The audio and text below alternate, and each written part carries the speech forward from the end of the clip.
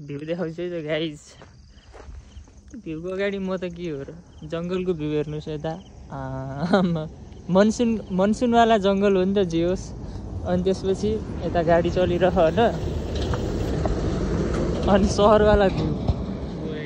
Guys हामी त आइपुग्यौँ त यहाँ, अमेजिङ भ्यू छ त। ओए तल गर्मी, अनि यहाँ चाहिँ पुरा त्यो कुहिरो हो कि बादल लागिरहेको, मस्त ल। Hey guys, welcome to my new blog. के चाहिँ खबर, सन्चै हुनुहुन्छ? होप सन्चै। आज वेदर मस्त खुल्यो, पानी परेर, त्यही भएर घुम्न चल्दिउँ भनेको।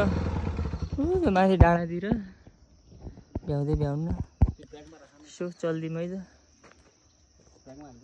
हटाउनु न, समातिहाल्छु, लागौँ है त।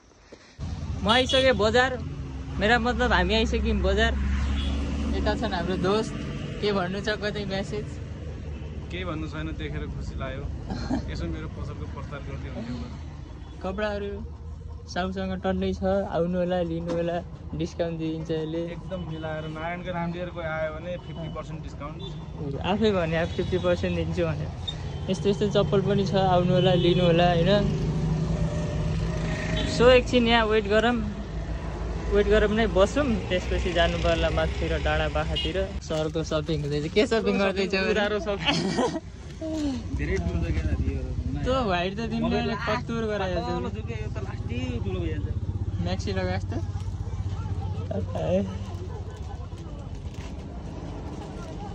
भयो त, उठाउने झ्यामझ्याम हिँड न, के ल्याङ्गा। छोरी मान्छेहरू सपिङ गरे जस्तो नगर न। धर्मे मेनाले सपिङ गरे जस्तो नगर। धर्मे मेना गइहाल्यो अरे त, बडी होला जस्तो के टेस्ट हान्नु पर्यो क्या त्यो। हाफ रहेछ त यो। अन्त अहिले लाउनुलाई भनेर पो भने यहाँ छिटो सपिङ हान, अनि चल्दिउँला। हामी लागिसक्यौँ उकालो। अब मस्त भ्यू देखिन्छ हाम्रो। यता दोस्त चिन्नुभयो कि यस्तो भिडियो गराउने हो कि यहाँबाट राखेर यस्तो यहाँबाट तिमीले हात भिडियो गराउने। यो देख्यो छ यिनै दोस्त हो नि, मस्त हिँडिरहेको छ, नचिनिने भएर। गाइज भ्यू देखिन सुरु भइसक्यो यता। Guys, welcome to the vlog. We are going to Kotikada डाँडा। बट हामी चाहिँ एउटा आइफोन 11 प्रो म्याक्सबाट सुट गरिरहेको छौँ होइन।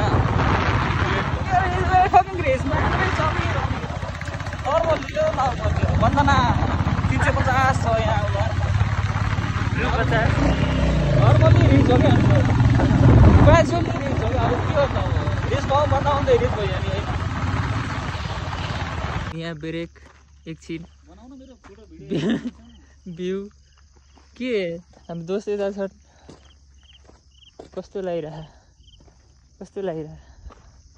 बबाल। भ्यू देखाउँछु है त गाइज। भ्यूको अगाडि म त के हो र, जङ्गलको भ्यू हेर्नुहोस् यता। मनसुनवाला जङ्गल हो नि त जे होस्। अनि त्यसपछि यता गाडी चलिरह होइन, अनि सहरवाला भ्यू। फोन त पुरा फिका पडिगयो यहाँ। अरे क्यामेराले मस्तवाला देखाउँला। ओए खतरा देखियो त ल। मस्तवाला चिसो भइसक्यो।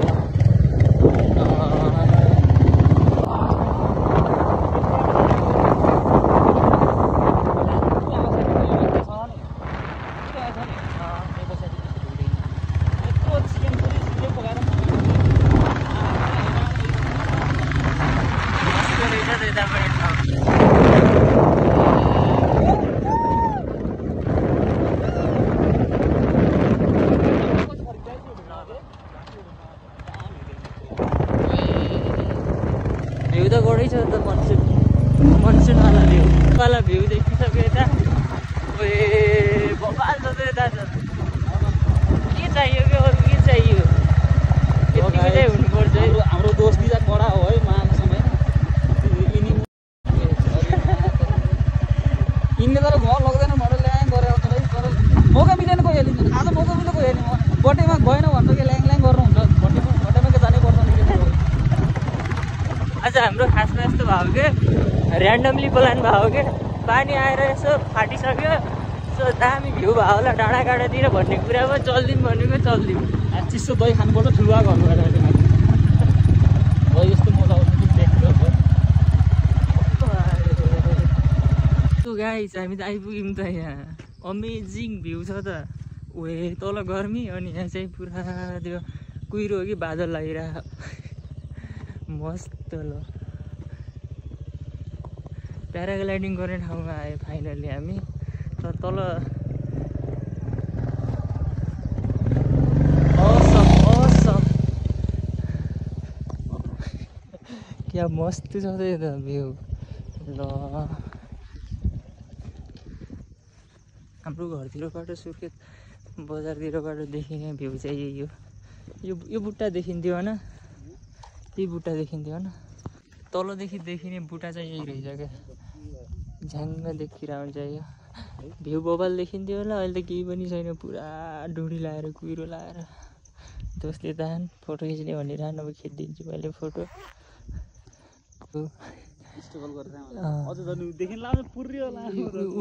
उड्दैछ यता घाँस लिएर आउनु मस्त छ प्याराग्लाइडिङ गर्ने यहीँबाट रहेछ कहाँबाट त्यही त यहीँदेखि त हो त त्यही त उद्या माथिदेखि त्यही त जाम न त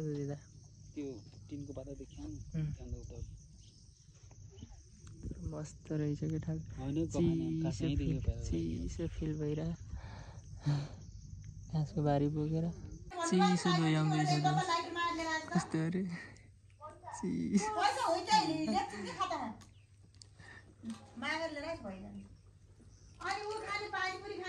चिसो दही कहाँ पाइन्छ पानीपुरी हामी त अलिक उताबाट अरू भ्यू देखिन्छ भनेर जाँदैछौँ हेर्नु न केही पनि देखिन्न कि स्कुल रहेछ यता यताबाट हाल न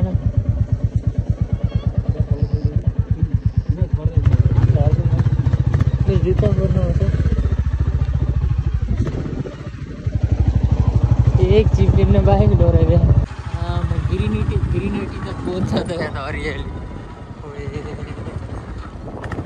बाटो चाहिँ फेरि यस्तै हो नर्मल बाइक फेरि यस्तो बाटो जस्तो पनि फरक पर्दैन सल्लाह गाडीतिर जाँदैछौँ हामी ए पानी नआएको हुँदा त उता पुरा के यो कुहिरो नलाग्यो हुँदा त उता भेरी फेरि देखिँदो रहेछ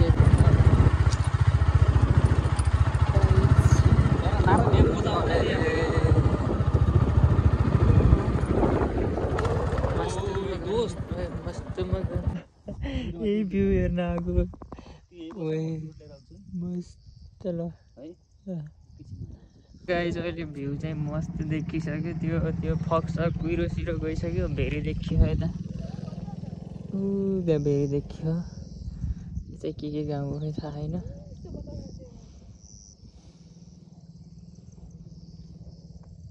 फेरि एकैछिनमा भरिसक्यो अघि खाली भएको थियो फेरि एकछिनमा हो क्या पुरै भरिसक्यो सबै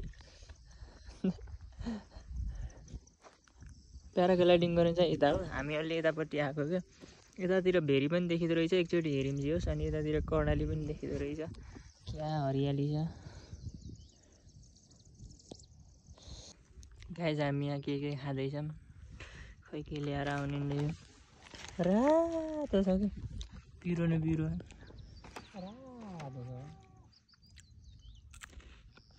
फेरि फाटिसक्यो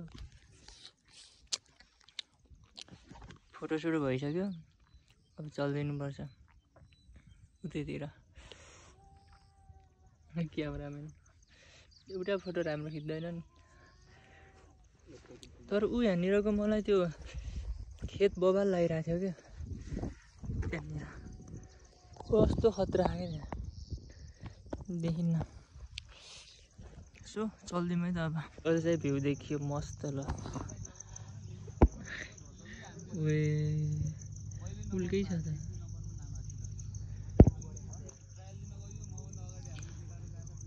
हामी जाने यता हो चल्दिउँ है त अब त घर भ्यू एरिया लियो हामी यहाँ पुरा ब्रेक लिइरहौँ। म खाइरहेको छु दही चिउरा, यिनी खाइरहन् चिया, चाय लभर। सो खाइदिउँ त्यसपछि जामलाई। यो छेडा हामी त पहिला के गोठी होइन कटुका भन्थ्यौँ, कटुका त्यही हो यो। सो खाइदिउँ अनि चल्दिउँ है त। गाइस हामी झरिसक्यौँ तल फाँटमा, माथिबाट फाँटमा आयौँ। फाँटमा हामी तल त पुरा गर्मी छ त, माथि त चिसो भएको थियो, यहाँ त पुरै उल्टै गर्मी छ त। डाँडादेखि झरिसक्यौँ हामी, यहाँ आइसक्यो। जहाँबाट गयो त्यहीँ साउजी आउनुहुन्छ। अनि लास्टै भोक लागिसक्यो, अब खाजा खान जानुपर्छ। खाजा खाना कहाँ भने चाहिँ सिधै हाम्रो गाउँभन्दा उतापट्टि हाम्रो आफ्नै कटेज, थारू कटेज गुप्तीपुर, त्यहाँ लगेर जान्छु अब खाजा खाना। यता नहोला जस्तो छ, उतै जान्छु, उतै घर बसिहाल्छु, उसलाई पठाइदिन्छु। हामी आइसक्यौँ आफ्नै थारू कटेजमा। फेन अन गर न, गर्मी गर्मी भयो हो त। अनि चौधरी कटेज नामै थारू कटेज छ नि। हामी कहाँ कहाँ पुगेर नि खाजा खाने आइयो मेरो दोस्त।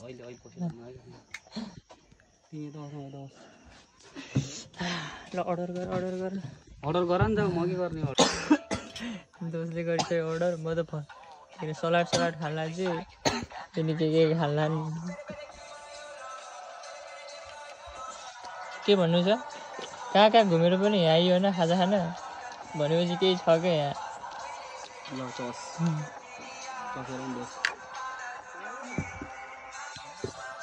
खाम अनि त्यसपछि घर जाम है त। सो गाइस खाजा साजा खाइयो मस्त। दोस्तको भाइ यहाँ, दोस्त आउँदैछन्, अब जानुपर्छ घर। सो कस्तो लाग्यो भिडियो, मन पऱ्यो भने लाइक गरिदिनु होला, च्यानललाई सब्सक्राइब गरिदिनु होला। आजलाई यति नै, बाई, टेक केयर।